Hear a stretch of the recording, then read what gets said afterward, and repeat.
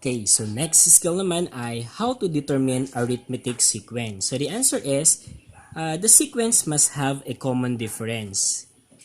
If that sequence has a common difference, we could determine that it is an arithmetic sequence. So ibig sabihin, dapat ay may common difference siya. So paano natin makukuha ang common difference? So for example, here we have the given.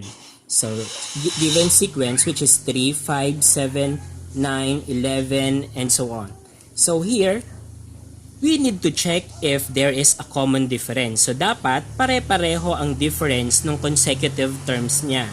So kailangan malinaw kung ano ang first term. So this is first term, second term, third term, fourth term, fifth term, and so on.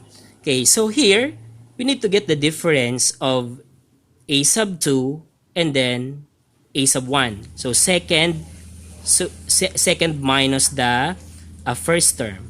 So we have 5 minus 3 is equal to 2. Okay, next is we need to get the difference of 5 and 7. So third term and then second term. 7 minus 5 is equal to 2. Okay, next, the fourth term and then the third term. So 9 minus 7. The answer is 2. 11 minus 9. So 11 minus 9. The answer is 2. So since there is a common difference, so pare-pareho ang difference nung term and its previous term, ibig sabihin, siya ay isang arithmetic sequence. So, this is arithmetic sequence. Okay, number 2. Tignan natin ang number 2 natin. So, first term, second, third, fourth, fifth, sixth. So, second term minus the first term. So, here we have a negative 7 minus negative 10. So, in subtracting signed numbers, change the sign of the subtrahend, then proceed to addition. So, nagi siyang negative 7 plus 10. And then, in adding signed numbers, if it is unlike sign, subtract. So, negative 7 plus 10, subtract kasi magkaibang sign, we have 3. And then, follow the sign of the number with higher absolute value. 10 is the number with higher absolute value. It is positive, so therefore, we have plus 3 or positive 3 as the difference. Okay, next is, we have the third term and then the second term. We will subtract. So, negative 4 minus negative 7. So, here, change the sign of the subtrahend. This is the subtrahend. Then proceed to addition. So magiging siyang negative 4 plus positive 7. So magiging ganyan.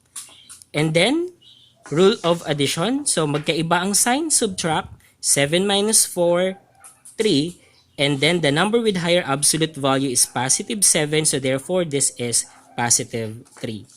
Okay, next. Fourth term, subtract by third term. So, negative 1 minus negative 4. Okay, so here, change the sign of the subtrahend, proceed to addition. So, magiging negative 1 plus 4. Okay, unlike sign, magkaiba ang sign, negative, positive ito. So, subtract, we have 3. Then, the number with higher absolute value is 4. Positive siya, kaya positive 3 ang ating sagot. Okay? Next, we have fifth term, subtract by fourth term. So, we have 2 minus negative 1. Okay? Change the sign of the subtrahend, then proceed to addition. So, we will have 2 plus 1. Adding, we have 3. So, positive 3.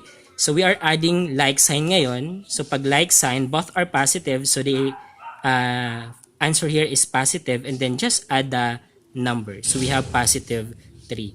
Okay, then the last is, so we have the 6th term, subtract by the 5th term.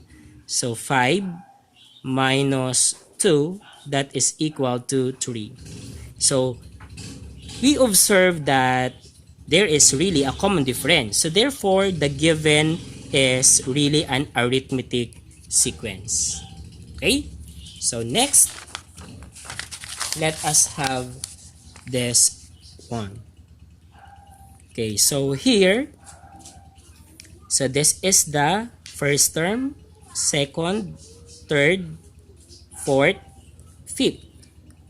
Okay, so subtract second term by the first term. So negative 7 minus negative 5. Change the sign of the subtrahend, then proceed to addition. Okay, so here magiging negative 7 plus 5. Unlike sign, okay, unlike sign, subtract, we will have 2. And then the number with higher absolute value is negative 7. So therefore, the final answer is negative 2.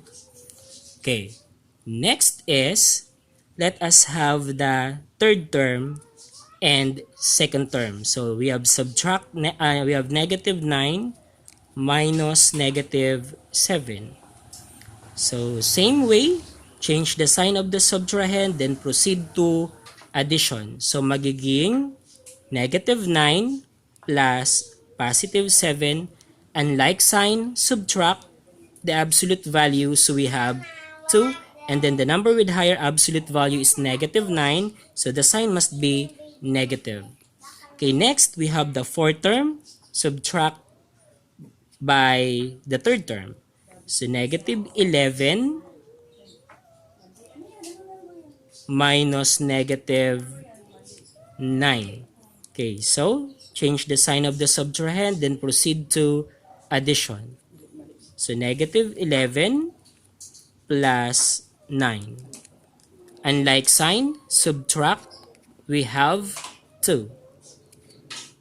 And then the number with higher absolute value is negative 11. So therefore, the answer is negative. Okay, next is we have the fifth term minus the fourth term.